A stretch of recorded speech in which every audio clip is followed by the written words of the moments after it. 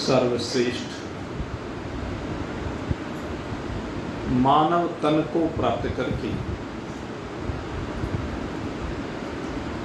इस तन को नौका बना करके सदगुरु रूपी मल्लाह के हाथ में इसके चप्पू थमा करके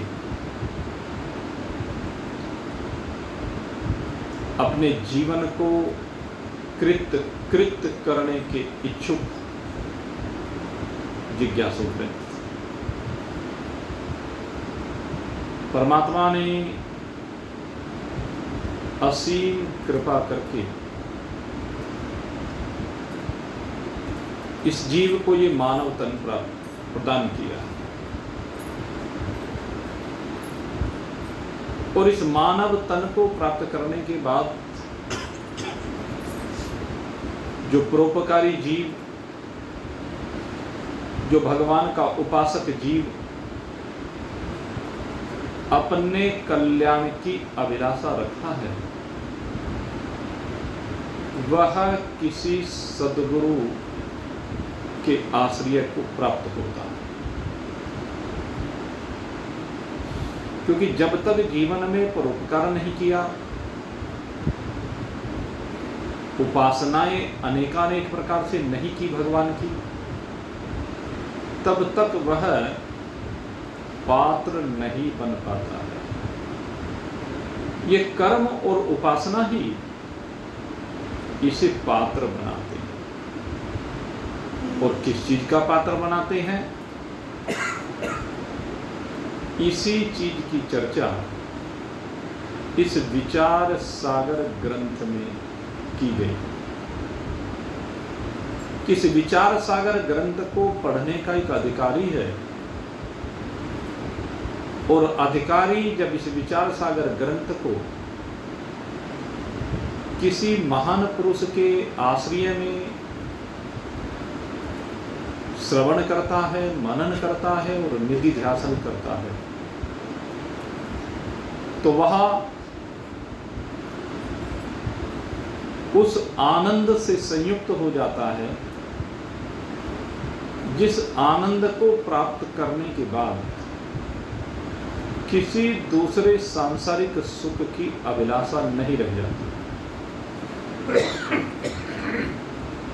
वो अपने इस उद्देश्य को प्राप्त कर लेता है कि जीवन के समस्त दुखों की कारण सहित सदा सदा के लिए निवृत्ति हो जाए और ऐसे आनंद की प्राप्ति हो जाए जो एक बार आने के बाद फिर कभी जाए नहीं, जो नित्य आनंद है। ऐसा आनंद, इसी के लिए इस विचार सागर की संरचना की गई। जो सुख नित्य प्रकाश विभु नाम रूप आधार, मति न लख जी मति लख सो मैं सुध अपार। तो सुख से ही प्रारंभ किया है विचार सागर। ऐसा सुख जो नित्य है, ऐसा सुख जो विकारी नहीं है, ऐसा सुख जो विनाशी नहीं है, ऐसा सुख जो क्षणभंगुर नहीं है, बल्कि नित्य है, निर्विकार है, शुद्ध है। ऐसे सुख की बात विचार सागर ग्रंथ में की गई है और इसी के लिए अनुबंध चतुष्ट का वर्णन किया गया। इस द्वितीय तरंग के अंतर्गत हम इस अनुबंध चतुष्ट के ऊपर अब विशेष रूप से विचार कर रहे हैं और विशेष रूप से विचार करते हुए आपको बताया कि एक और गुरु हैं या सिद्धांती हैं जो सिद्धांत का प्रतिपादन करने वाले हैं। कौन से सिद्धांत का? मोक्ष के सिद्धांत का। मोक्ष का स्वरूप क्या है, मोक्ष क्या है, मोक्ष किसे कहते हैं, तो सिर्फ दो वाक्यों में कह दिया, ब्रह्म सत्यम जगन मिथ्या। एक ब्रह्म ही सत्य है, ब्रह्म ही प्राप्त करने योग्य है ब्रह्म ही आनंद स्वरूप है। तैत्तरीयोपनिषद में कहा सत्यम ज्ञानम अनंतम ब्रह्म। ये ब्रह्म कैसा है? सत्य है, ज्ञान स्वरूप है, अनंत आनंद का खजाना है, भंडार है, अथाह सागर। और इसको प्राप्त कर लेने के बाद ही वास्तव में आनंद की प्राप्ति होती। और दूसरी बात, जगन मिथ्या। कहते ये जो जगत है वो मिथ्या है, दुख रूप है, परिणाम में सदा ही दुख रूप है। जगत कभी भी सुख रूप नहीं है। तो इसलिए कहा कि जो दुख रूप है उससे आसक्ति को हटाओ, और जो सुख रूप है उसको प्राप्त करो। तो सुख को प्राप्त करना और दुख को जीवन से बाहर निकालना, यही जीवन का उद्देश्य है, और इसी को मोक्ष कहते हैं। जब ये सिद्धांत प्रथम तरंग में रखा गया तो द्वितीय तरंग में एक पूर्व पक्षी आया। पूर्व पक्षी माने एक संशयग्रस्त तर्क शास्त्री, न्याय शास्त्री, वो आया और कहने लगा भाई ये तो संभव नहीं है, जो आपने मोक्ष का स्वरूप कहा इसकी किसी को अभिलाषा नहीं होती। कहते सुख तो सब चाहते, लेकिन सब विषयजन्य सुख चाहते। जो विषयों का सुख है, शब्द का, स्पर्श का, रूप का, रस का, गंध का, जिन पदार्थों से, जिन जीवों से इस सुख की प्राप्ति होती है, कि तो उनकी अभिलाषा करता है, और इनके नाश की अभिलाषा कोई नहीं करता। सांसारिक धन के नाश की अभिलाषा कोई नहीं करता है। संसार में पति पत्नी पुत्र के नाश की कोई अभिलाषा नहीं करता है। संसार में मान पद प्रतिष्ठा इनके विनाश की कोई इच्छा नहीं करता है, क्योंकि ये सब सुख रूप मानता है, इसलिए इनके ये नाश की इच्छा नहीं करता। अपितु उसकी जो इच्छा होती है तो दुखों की निवृत्ति की इच्छा होती है। और दुख भी कौन से? कहते आध्यात्मिक दुख, आदि दैविक दुख, आदि भौतिक दुख। इन दुखों के ऊपर बहुत विस्तार से हम चर्चा कर चुके हैं। तो अब सिद्धांत ही आया कि तुमने अपनी बात कही, अपने ढंग से कही, लेकिन अब हम तुम्हारी शंका का समाधान करते हैं। तो समाधान करने के लिए सिद्धांती अब क्या कहते हैं कि भाई देखो, सुख की इच्छा तो सब करते हैं, कोई ऐसा नहीं है जो सुख की अभिलाषा ना करता हो, और कोई ऐसा नहीं है जो दुख के विनाश की इच्छा ना करता हो। लेकिन दुखों की निवृत्ति जैसे तुमने कही वैसे नहीं होती। तुमने कह दिया औषधि ले ली, औषधि से दुख दूर हो गया। कहते ये सदा देखने में नहीं आता। सामान्य रोगों में तो औषधि ली और कुछ समय के बाद रोग ठीक हो जाता है, लेकिन जो असामान्य रोग हैं, असाधारण रोग हैं, वो जीवन पर्यंत ठीक होते नहीं देखे। वो औषधि के द्वारा ठीक होते हुए नहीं देखे, वो योग के द्वारा ठीक होते हुए नहीं देखे, वो प्राणायाम के द्वारा ठीक होते हुए नहीं देखे। तीन विशेष रूप से साधन कहे गए, भाई योग करो, प्राणायाम करो, औषधि लो, या एक परहेज करो, या फलानी वस्तु खाओ, फलानी ना खाओ। एक निषिद्ध भोजन होता है, ये नहीं खाना चाहिए। एक विधेय होता है कि ये खाना चाहिए। तो कहते हैं कि ये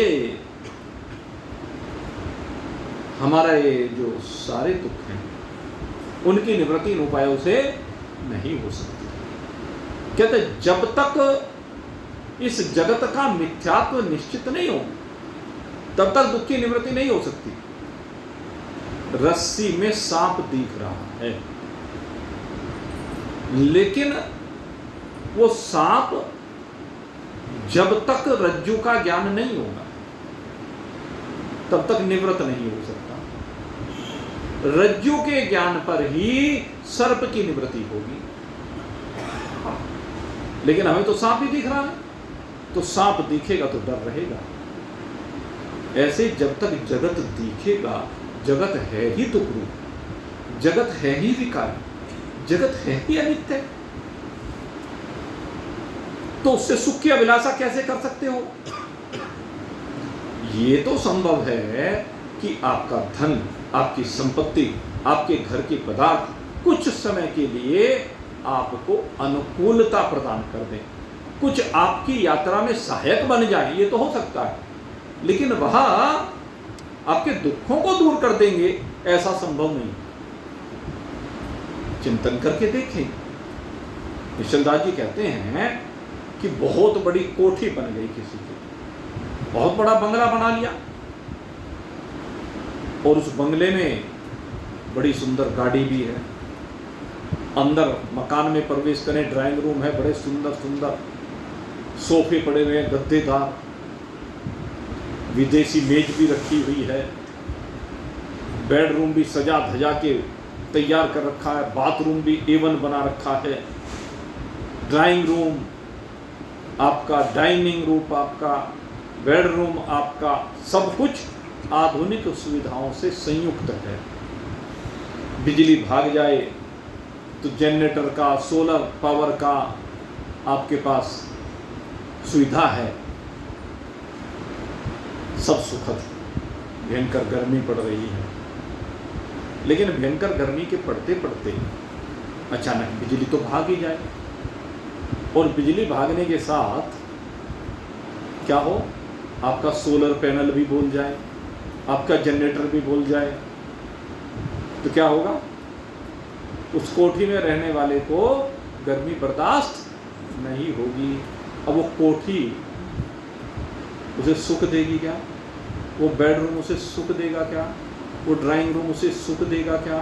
वो ज्वेलरी जो उसके पास है वो सुख देगी क्या? वो धन उसे सुख देगा क्या? उसे इस समय हवा चाहिए। इसलिए वो क्या करेगा? इन सब का परित्याग करके या तो घर की छत पर ऊपर चढ़ जाएगा,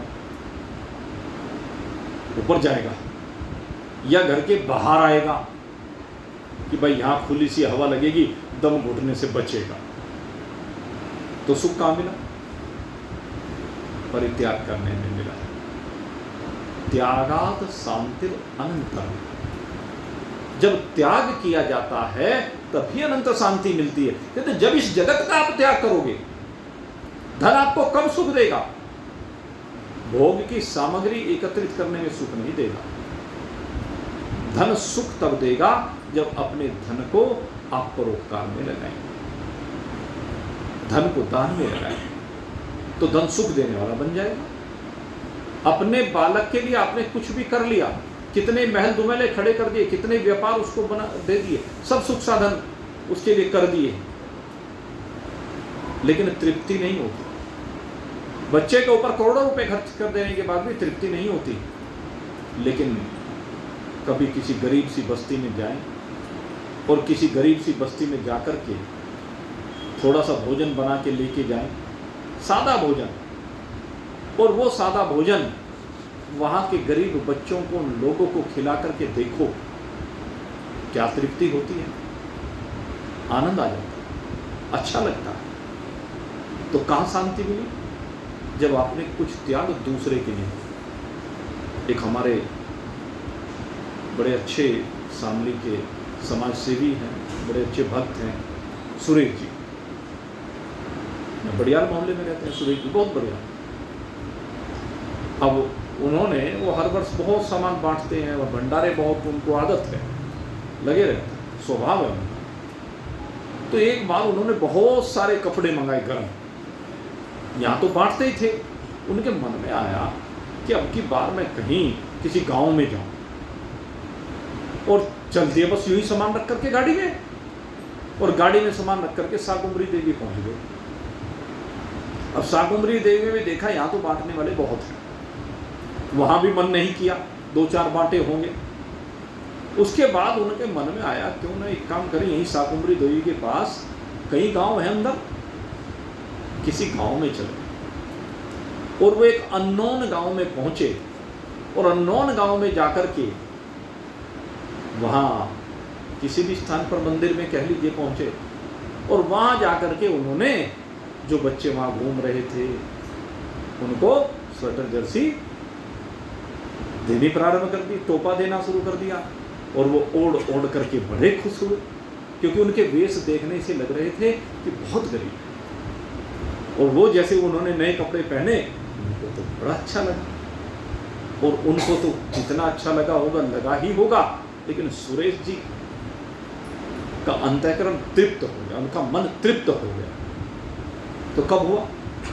जब उन बच्चों को जो गरीब हैं उनकी सहायता, त्यागा तो शांति रहता, इसलिए त्याग के द्वारा ही शांति हमारे यहाँ गई गई, त्याग से ही शांति मिल सकती है। तो यही बात यहाँ निश्चल दास जी कह रहे हैं, कहते तुम सोचते हो कि आध्यात्मिक दुख रोग की निवृत्ति औषधि से, आदि भौतिक दुख आपने सुरक्षा के उपाय करके दूसरे प्राणियों से बचाव, पिस्टल का लाइसेंस ले लिया, बचाव हो गया, होता नहीं। पहले युद्ध में सैनिक जाते थे और बड़े कवच ऐसे ऐसे बनवाते थे, हमने देखे वो कवच। एक सैनिक का कवच हमने देखा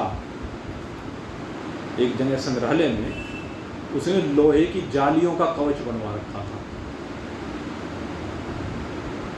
इतना मोटा कवच था, लोहे की जालियों का कवच था कि कोई भी तलवार भाला आदि अगर यदि कोई उस पर प्रहार करे तो उससे वो कटेगा नहीं। अब वो पहनता भी कैसे होगा, पूरा वस्त्र, और हाथ में तलवार लेकर के फिर लड़ता भी है, सुरक्षा हो पाई क्या उससे? तो भाई जब समय आ जाता है जाना ही पड़ेगा। तीसरे दैविक आपदा, आप देवताओं को खूब मनाया, कल बताया आपको, खूब उपासनाएं की देवताओं को, लेकिन जरूरी है क्या वो रीझ ही जाएगा? सबके ऊपर रीझा क्या? कभी देख लीजिए, जब तक आपके पापों की निवृत्ति नहीं होती तब तक देवता भी नहीं रीझता। तो इसलिए निश्चल दास जी कहते हैं कि इन दुखों की निवृत्ति आपके इन उपायों से होने वाली नहीं है, लेकिन जिस दिन जगत को मिथ्या समझ लोगे, जिस दिन तुम्हारी समझ में आ जाएगा कि जगत ब्रह्म में सर्प की तरह से भास रहा, ब्रह्म रूपी रस्सी में, ब्रह्म रूपी रस्सी में जगत रूपी सर्प भास रहा है, और जैसे ये पता चला कि तो भास रहा है नहीं। सांप जब तक भासा तब तक तो वो सत्य लग रहा है, वो दुख दे रहा है, लेकिन जैसे ही प्रकाश हुआ और प्रकाश में सर्प की जगह रस्सी दिखी, दुख भागने में कितनी देर लगी? ऐसे ही जगत रूपी सर्प जब तक आपको भास रहा है, आपको दिख रहा है, तब तक वो भय का कारण है, दुख का कारण है। लेकिन जैसे ही जगत की जगह जगदीश्वर भासना शुरू हो गया, जगत में जगत की जगह जगदीश्वर भासना प्रारंभ हो गया, जगदीश्वर दिखना प्रारंभ हो गया। वैसे जगदीश्वर का भास नहीं होता, उसका आभास नहीं है, जगदीश्वर तो है, यथार्थ है, रस्सी यथार्थ है, सर्प मिथ्या है, रेत मिथ्या है, रेत सत्य है और जल मिथ्या है। ऐसे ही मेरे मित्रों ये जगत मिथ्या है और ब्रह्म सत्य है। जैसे ही जगत में ब्रह्म भासने लगता है, दुख की कारण से निवृत्ति हो जाती है, क्योंकि दुख का कारण समाप्त हो जाता है। तो निश्चल दास जी यही हमें समझा रहे हैं कि दुख के कारण को निवृत्त करना पड़ेगा, तब जाकर के आप सदा सदा के लिए मुक्त होंगे दुख से। उससे पहले मुक्त होने वाले नहीं है। अन्य कितने भी उपाय कर लीजिए। कहते हैं कि एक बार जो है छांदोग्य उपनिषद का प्रसंग है कि सनत कुमार जी के पास नारद जी आए और नारद जी ने कहा कि हे प्रभु, कि जो आत्मज्ञानी है, कहते उसे तो शोक नहीं होता। आत्मज्ञानी को शोक नहीं होता। कहां कहा है, किसी के ध्यान? कहां कहा? बहुत बार पढ़ा है। तरति ही शोकम आत्मवित्, अनेक बार बोला है। तरति ही शोकम आत्मवित्। उपनिषद, हमारे उपनिषद में ये कहा कि आत्मवित् शोक से तर जाता है। तत्र कै शोक है कै मोह एकत्वम अनुपश्यति। जब इस जगत में एक ब्रह्म का अवलोकन कर लिया, तत्र कै शोक है कै मोह है, फिर कौन सा शोक रह गया, कौन सा मोह रह गया? जब सर्वत्र एक परमात्मा मात्र शेष रह गया, एकत्वम अनुपश्यति, एक अकेले को देखा गया, तो तरति शोकम आत्म। मैंने सुना है उपनिषद में कि आत्मवित् शोक से तर जाता है, लेकिन मुझे तो शोक है। मैं शोक रहित नहीं हूं, मैं शोक सहित हूं। नारद जी कहते हैं सनत कुमार को, मैं शोक सहित हूं, शोक रहित नहीं हूं। सनत कुमार जी हंसने लगे, कहने लगे भैया क्या बात करते हो, हमारे भैया होकर के तुम शोक सहित हो, शोकवान हो, तुम्हारा शोक निवृत्त नहीं हुआ।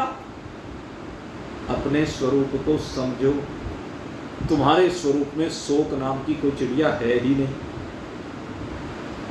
तुम्हारे स्वरूप में शोक नहीं है, दुख नहीं है, पीड़ा नहीं है, कष्ट नहीं है, कोई मल नहीं है तुम्हारे स्वरूप में। तुम तो भूमा हो। क्या हो? भूमा हो। चलो, भूमा माने ब्रह्म। तुम तो ब्रह्म हो। इस शरीर भाव को हटाओ नारद। जब तक शरीर में आसक्ति रहेगी, शरीर में ममता रहेगी, शरीर के संबंधियों में आसक्ति ममता रहेगी, तब तक ये शरीर भाव हटने वाला नहीं है। और जब ये आसक्ति और ममता हट जाएगी, शरीर तो फिर भी रहते हैं, ऐसा नहीं कि शरीर निवृत्त हो जाते हैं, लेकिन उसकी दृष्टि में शरीर निवृत्त हो जाता है। आत्मज्ञानी की दृष्टि में शरीर निवृत्त हो जाता है, उसकी दृष्टि में शरीर आत्मा हो जाता है, शरीर भी आत्मा हो जाता है। पहली दृष्टि क्या है? शरीर मिथ्या है, ये पहली दृष्टि है। और दूसरी वास्तविक दृष्टि क्या है? शरीर ब्रह्म है। अहम ब्रह्मास्मि। अहम ब्रह्मास्मि कहने में तेरी जितनी भी प्रकार की मैं है वो सब ब्रह्म हो जाती है। तेरा स्थूल शरीर भी ब्रह्म हो जाता है, तेरी ज्ञानेंद्रिय, कर्मेंद्रिय, प्राण, अंतःकरण, विषय, ये भी सब ब्रह्म हो जाता है, तेरे तीनों गुण भी ब्रह्म हो जाते हैं। हो क्या जाता है? हकीकत ये है कि यही है। तो जो भूमा है, कहते हैं वो कभी भी दुख से संयुक्त नहीं होता। भूमा सदा ही सुख स्वरूप है। इसलिए जगत की निवृत्ति के बिना दुख की निवृत्ति संभव नहीं है। ये प्रपंच जब तक निवृत्त नहीं होगा, तब तक किसी भी औषधि से, किसी भी उपासना से, किसी भी बचाव के साधन से, हथियार से तेरा दुख दूर होने वाला नहीं है। अपितु कैसे होगा? मिथ्यात्व दृष्टि से। मिथ्यात्व दृष्टि होते ही अपने आप ही दुख दूर हो जाएगा। तलवार भी मिथ्या, रिवॉल्वर भी मिथ्या, भाला भी मिथ्या, वार करने वाला भी मिथ्या, वार सहने वाला भी मिथ्या। आत्मैव केवलम सर्वम, आत्मैव केवलम सर्वम। ये सब कुछ केवल एक आत्मा मात्र है, आत्मा से भिन्न और कुछ भी नहीं है। पंचभूतात्मकम विश्वम मरीचि जल संयम कश्यप यहो नमस्कुर्याम अहम एको निरंजन है। ये सबका सब भाषित होने वाला प्रपंच, पंचभूतात्मक या त्रिगुणात्मक जो भी आप कहें, ये सारे का सारा केवल एक आत्मा ही है। इसलिए इसको समझें और जगत से चित्त को हटा ले, समझ कर हटा ले।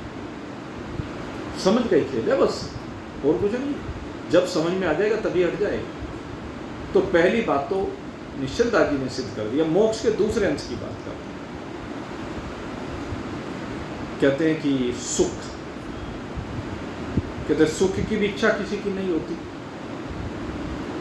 कहते होती है तो विषय सुख की होती है। कहते हैं मोक्ष के स्वरूप, मोक्ष के सुख की किसी को इच्छा नहीं होती। और उसके पीछे वो विस्तार से कारण बताया कि जिस सुख का पहले अनुभव किया हो उसी सुख की इच्छा होती है। और मोक्ष के सुख की किसी ने इच्छा कभी की नहीं या कभी हुई नहीं। मोक्ष के सुख की कभी किसी ने इच्छा नहीं की। चलो या इच्छा तो कर ली होगी भाई लेकिन मोक्ष का सुख किसी को मिला नहीं। जब मोक्ष का सुख मिला नहीं किसी को तो फिर इच्छा कैसे हो? रसगुल्ले खाने से मिलने वाले सुख की इच्छा हुई है, शब्द का भोग लगाने से सुख मिला है, स्पर्श का भोग लगाने से सुख मिला है, रूप का भोग मिलाने से सुख मिला है, रस का भोग लगाने से सुख मिला है, गंध का भोग लगाने से सुख मिला है। अब तक तो ये हुआ है। निंदा और स्तुति से सुख मिला है, राग और द्वेष से सुख मिला है। अब तक तो ये हुआ है, तो इसी में सुख मिलेगा। सिद्धांती को कहा पूर्व पक्षी ने, लेकिन सिद्धांती कहते रहे नहीं, तुम्हारे कहने से ऐसा नहीं होगा। अपितु कहते हैं जो तुम कह रहे हो कि विषयजन्य सुख चाह रहे हैं, सुख ठीक नहीं है ये बात। विषयजन्य सुख में केवल सुख चाहता है। हर व्यक्ति क्या चाहता है, हर प्राणी क्या चाहता है? सुख। कहते सब सुख ही चाहते हैं। वो सुख चाहे विषयों से हो या बिना विषय के हो। सुख चाहे विषय का भोग लगाने से हो या बिना विषय के हो। रात को सोते हो, निद्रा में पहुंच जाते हो और निद्रा से उठने के बाद क्या कहते हो? आज बड़े सुख से सोया, आज बड़े चैन से सोया कि बस कुछ भी पता नहीं रहा। काहे का पता नहीं रहा? शब्द का, स्पर्श का, रूप का, रस का, गंध का। बराबर में घरवाली पड़ा है, घरवाला पड़ा है, बच्चा पड़ा है, धन पड़ा है, शरीर पर आभूषण पड़े हैं, लेकिन ऐसी नींद आई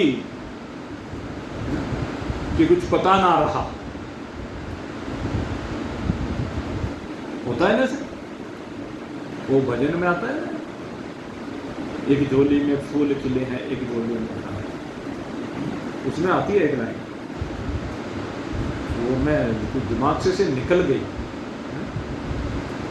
कांटों पर सोकर भी आए किसी के मन को चैन, कोई कारण में भी आती चैन।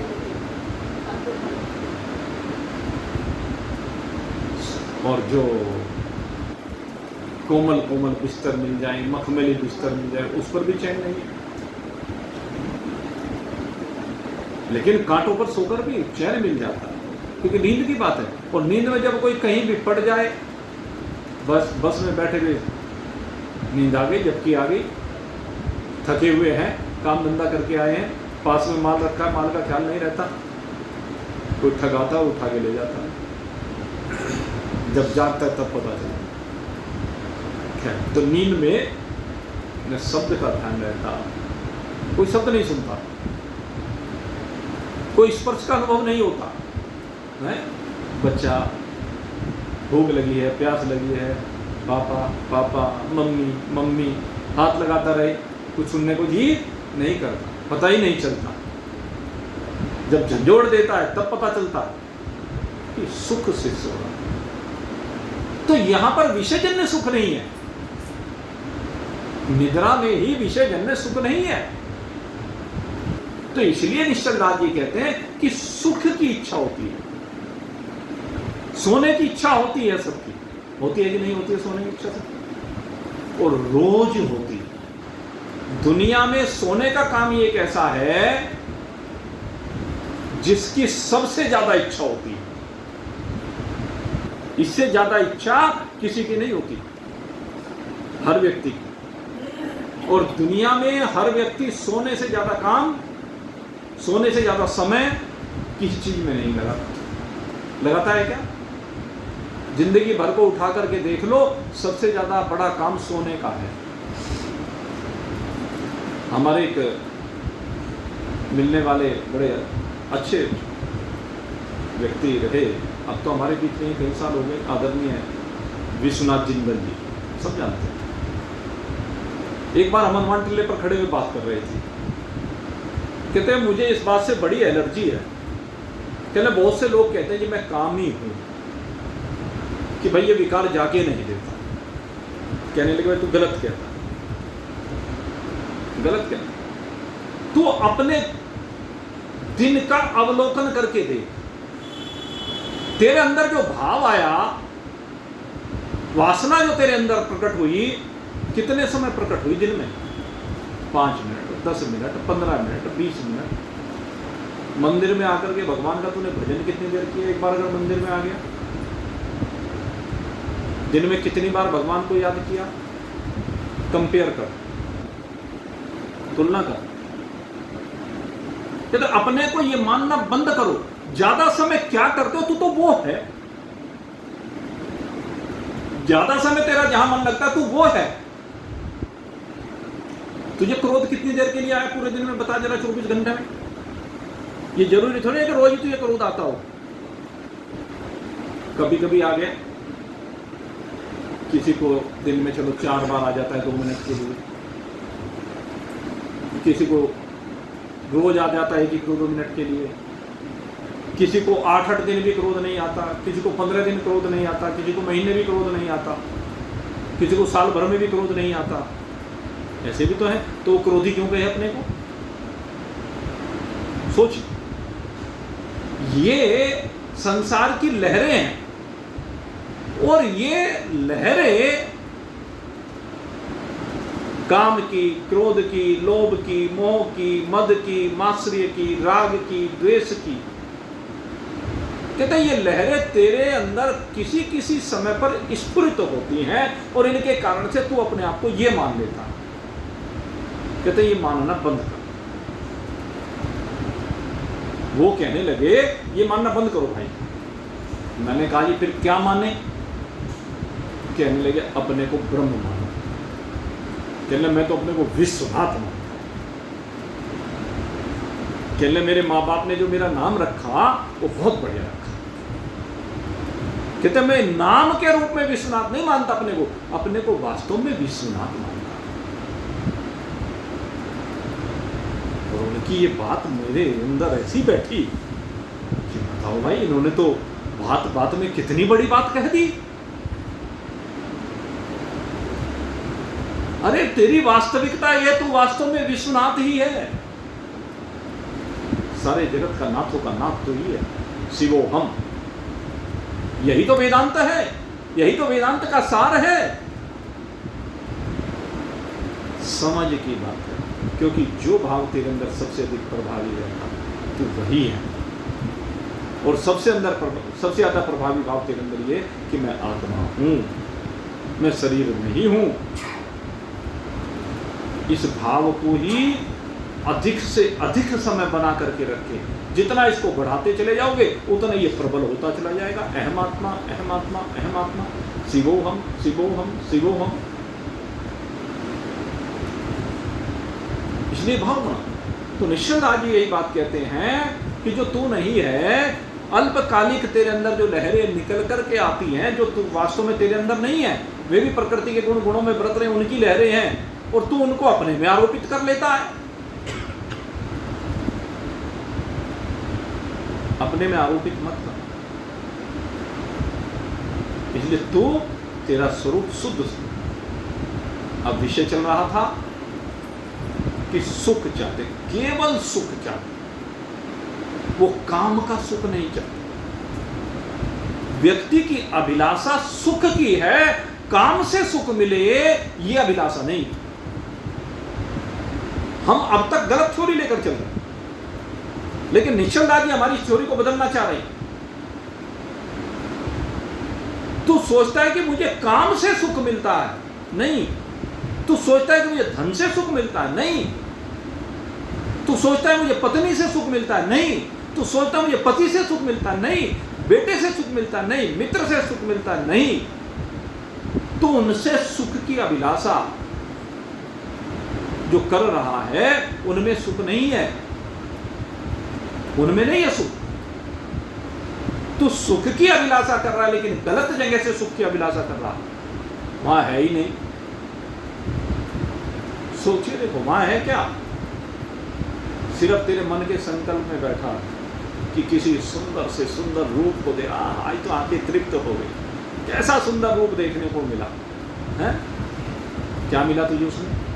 ये तेरे मन के अंदर का भाव है। तुझे हिमाच्छादित पर्वत श्रृंखलाएं, बड़े बड़े सुंदर सुंदर पुष्पों से पल्लवित पौधों से संयुक्त उपवन को देखकर, वाटिका को देख करके कहता, हाँ अरे जन्नत में आ। अरे न उन फूलों में सुख है, न उस पहाड़ की चोटी पर सुख है।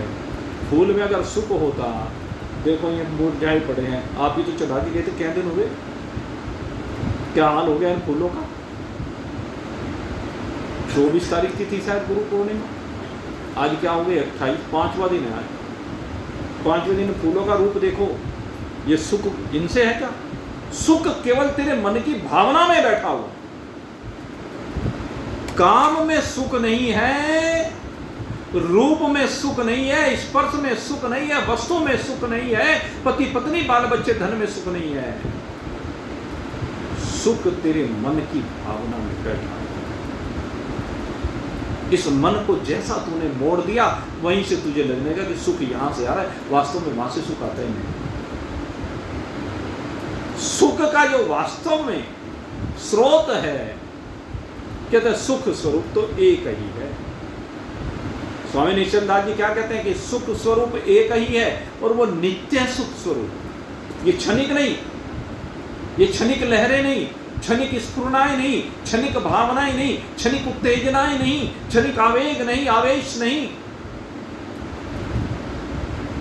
क्षणिक मार्मिकता नहीं,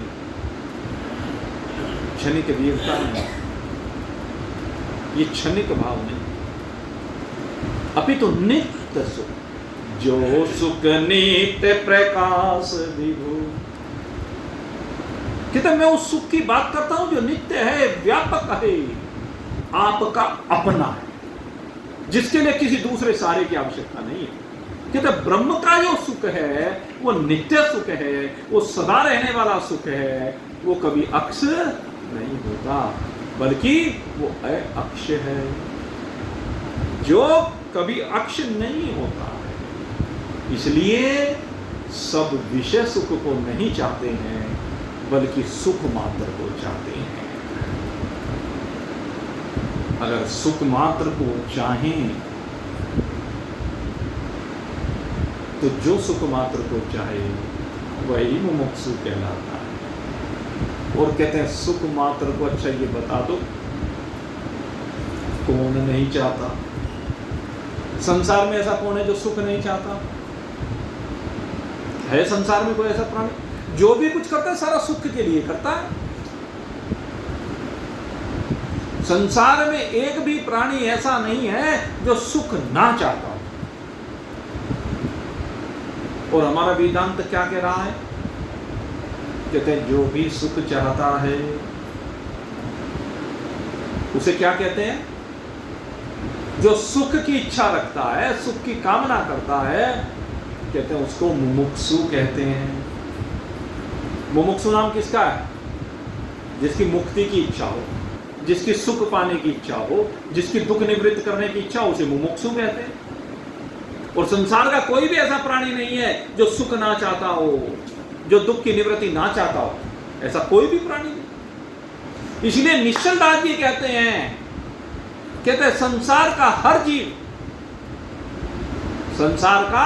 हर जीव चाहे वह मनुष्य है, देवता है, पशु है, पक्षी है, कीट पतंग, जलचर, नभचर, थलचर, ब्रह्मा जी तक के लोक में रहने वाले जितने भी प्राणी हैं, कहते हैं वो सबके सब मुमुक्षु, हर व्यक्ति, एवरीवन, एवरीवेयर, यहां से वहां तक कोई भी हो, वो सब मुमुक्षु हैं, सब जिज्ञासु हैं, क्योंकि सब सुख को चाहते हैं, सब दुख की निवृत्ति करना चाहते हैं। इसलिए हे पूर्व पक्षी, तुम जो कहते हो कि कोई मुमुक्षु नहीं, तो तुम्हारा कथन गलत है। अब इसकी काट करो अगर तुम्हारे में हिम्मत है। सुख सब चाहते हैं, तुमने कहा विषय जन्य सुख चाहते हैं, नहीं, विषय जन्य सुख नहीं चाहते, वो सुख चाहते हैं जो नित्य हो, जो सदा रहने वाला हो, और वो सुख केवल अपनी आत्मा का सुख है। अन्य कोई भी दूसरा सुख आपको नित्य प्राप्त नहीं हो सकता।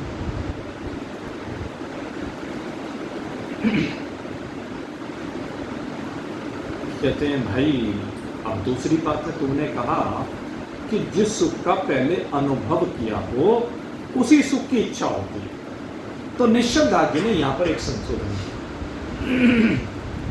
कहते तुम जो कह रहे हो कि उस सुख की इच्छा होती है, कहते नहीं, कहते सुख की इच्छा होती है, जिस सुख को उसने लिया है उसको बार बार लेने की इच्छा होती है, कहते नहीं, सुख के सजातीय सुख की इच्छा होती है, सुख के सजातीय सुख की इच्छा होती है। एक गरीब आदमी सूखी रोटी में सुख ले रहा है, अभी तक मिल गई बड़ी मेहनत से तो सुख मिल जाता है,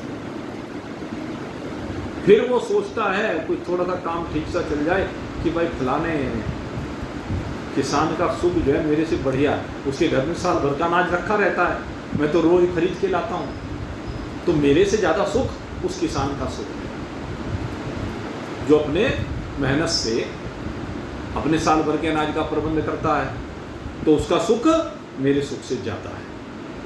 इसलिए काश मुझे किसान का सुख मिल जाए। तो किसान का सुख मिलने पर क्या होगा, रोज अनाज लाने की परेशानी से बच जाओ, तो सजातीय सुख की इच्छा होगी।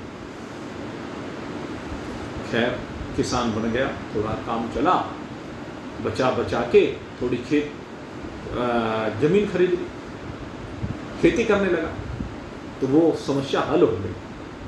अब किसान बन गया, अब किसान बन के भाई तीनों मौसम में मेहनत करे बेचारा, बहुत मेहनत करे। अब उसने अपने सामान को बेचने के लिए शहर आने लगा, खरीदने के लिए शहर आने लगा, और शहर के वैभव को देखा, कहने लगे बड़े अच्छे अच्छे मकान बने हैं यहाँ पे, यहाँ के लोग तो बड़ा अच्छा भोजन करते हैं, रोटी के बजाय पराठे खाते हैं, पूरी खाते हैं। तो मन में कामना हुई, कहने लगे अब से और संचय कर भाई, अब तू व्यापारी बन, किसान नहीं, अब किसान से ऊपर बढ़, व्यापारी बन। मन में भावना जाग गई और उसने बचाना शुरू किया और दुकान खोल ली। कहने रहे कौन सारे दिन इसमें मेहनत करता फिर, अब दुकान में आराम के साथ बैठ करके भाई माल बेचेंगे। बन गया सेठ जी, और सेठ जी बन करके उसकी अभिलाषा क्या थी, कहने लगे पूरी पराठे खाने को मिले, मीठा खाने को मिले, सजाती है। फिर बड़े बड़े सेठों को देखा, उनके आलीशान ठाट वाट देखे कि भाई चार चार सब्जी से खाना खाते हैं, यहाँ तो एक सब्जी से खाना खाते हैं, ये चार चार सब्जी से खाना खाता है। अब सेठों के तो राजसी ठाट है, राजाओं वाले ठाट है इसके, तो कहने वक्त तो बड़ा सेठ बनना, और मेहनत की उसने, बड़ा सेठ बन गया, और अब और ज्यादा आनंद मिलने लगा। और होते होते जब बड़ा सेठ बना, बड़ा कारोबार हो गया, सिर में दर्द रहने लगा सारे दिन, शरीर हिलना डुलना बंद हो गया, मोटा लाला जी बन गया है, मोटा मोटा है। और फिर शरीर में आंखों पे चश्मा धरा गया। डॉक्टर ने कहा शुगर हो गई, डॉक्टर ने कहा कोलेस्ट्रॉल बढ़ गया, कहने सूखी रोटी खाओ, मूंग की दाल खाओ, मूंग की दाल का पानी पियो, सूप पियो, सब्जियों का पानी पियो, सब्जी नहीं सब्जियों का पानी पियो। माथे पर हाथ मारा, कहने लगे क्या हो गया? अरे इससे तो मैं मजदूरी बढ़िया था, यही खाना था तो फिर तो मजदूर बन के खा ही रहा था, इतनी मेहनत करने की क्या जरूरत थी, इतनी जिंदगी यूं ही खराब कर दी, इससे बढ़िया तो मैं मजदूर बना हुआ था, ना मोटापा था, ना कोलेस्ट्रॉल था, ना हार्ट की कोई समस्या थी, ना किडनी की समस्या थी, ना शुगर की समस्या थी। सारी समस्याओं की जड़ ये उत्तरोत्तर अनुकूलताओं की चाहत, सुख की चाहत। लौट के बुद्धू घर को आए, कहने लगे चल जम के मेहनत कर, ये चर्बी उतार जरा शरीर पर से, बहुत शरीर पे चर्बी चढ़ा ली है तुमने, रोज दौड़ लगाया कर, रोज घुमा कर 15-20 हजार स्टेप खूब जम के किया कर, बहुत तने चर्बी चढ़ा ली है। और खबरदार 2 सूखी रोटी से ज्यादा का कुछ खा, अब न घी मिलेगा खाने को, न मीठा खाने को मिलेगा, न तला हुआ कोई चीज खा सकता। सारी हेकड़ी निकल गई, दूसरों को खाते हुए देखे और जीभ से लार टपकाए। यही तो होता है, यही संसार का हाल है। इसलिए निश्चलदास जी कह रहे हैं ये सारे सुख अनित्य हैं। कहते सबका अनुभव करके देख ले, सजातीय सुख की इच्छा होती, और कहते हैं सारे सुख छाया सुख हैं, ब्रह्म सुख से आते हुए बस हमें ब्रह्म में ना दिखकर वस्तुओं में दिखने लगते। ये जितने भी आ रहे हैं ये सब ब्रह्म से आ रहे हैं।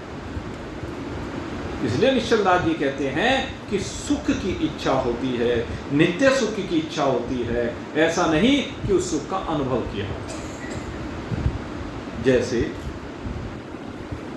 यहां संसार के भोगों को मनुष्य भोग रहा है, और किसी दिन संयोगवश किसी पंडित जी से परिचय हो गया, और पंडित जी से परिचय होने पर बातचीत हुई। पंडित जी ने कहा भाई क्या हाल चाल है? कहने लगे ठीक ठाक है, चल रही है गाड़ी, बस अरे नहीं गाड़ी चल रही, तेरे तो रंग बता रहे हैं, मालदार पार्टी है। अजी हाँ, माल की तो कुछ कमी नहीं, भगवान की कृपा है। कहने लगे अच्छा एक बात बता, और चाहता है सुख? सभी चाहते हैं, तू भी चाहता है क्या?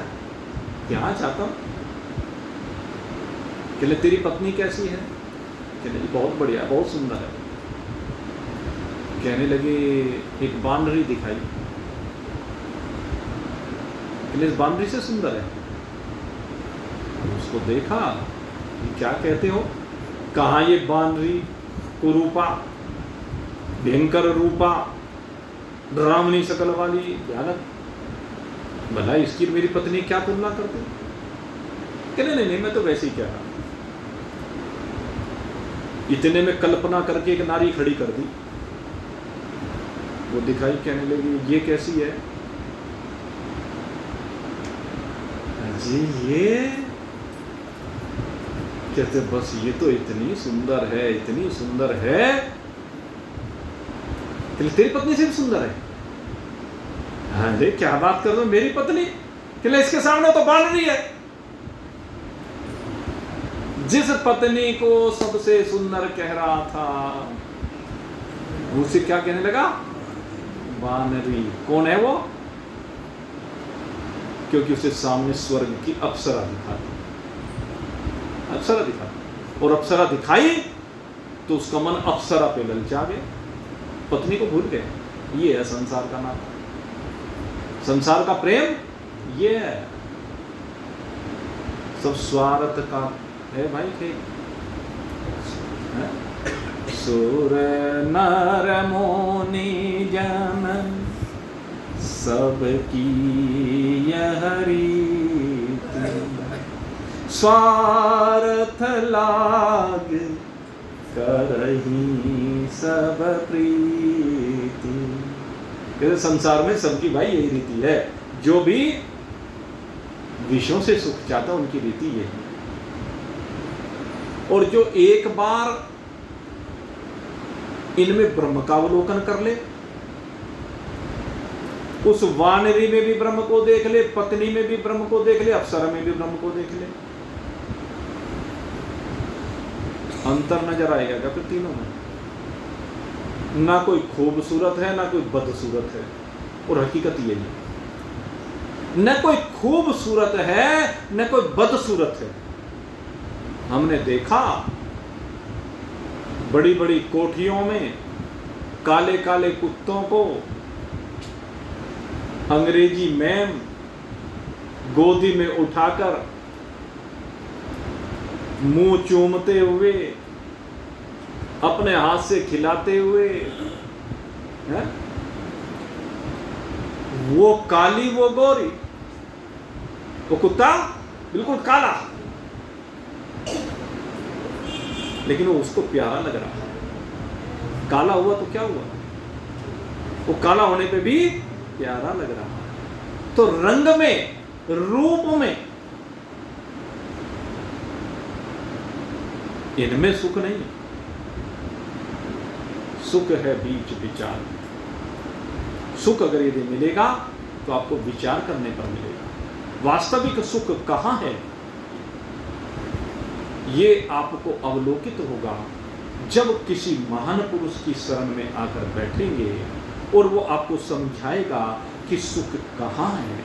तब समझ में आएगा कि सुख केवल और केवल अपने में है, अपने से अतिरिक्त कहीं भी सुख नहीं है। और अपना जो सुख है वो नित्य सुख है, वो विभु सुख है, व्यापक सुख है। और उस सुख के प्राप्त करने के बाद फिर किसी भी दूसरे सुख की अभिलाषा नहीं रहती। और हमारी तो कामना यही है कि अज्ञान का पर्दा हटाइए और उस सुख से संयुक्त हो जाइए, क्योंकि वो सुख कहीं दूसरी जगह से नहीं, आपके पास होते हुए भी आपने उसके ऊपर काला कपड़ा डाला हुआ है, उस काले कपड़े को हटा दीजिए, वो सुख आपका अपना हो जाएगा, सीधी सी बात। और उसके लिए प्रयास करें। एक नया रूप सुख का आज आपके सामने रखने का प्रयास किया स्वामी निश्चल दास जी ने। आगे फिर इस चर्चा को बढ़ाएंगे कल ठीक 7:30 बजे। अब यहीं पर आज विश्राम देते हैं। बोलिए सच्चिदानंद भगवान की।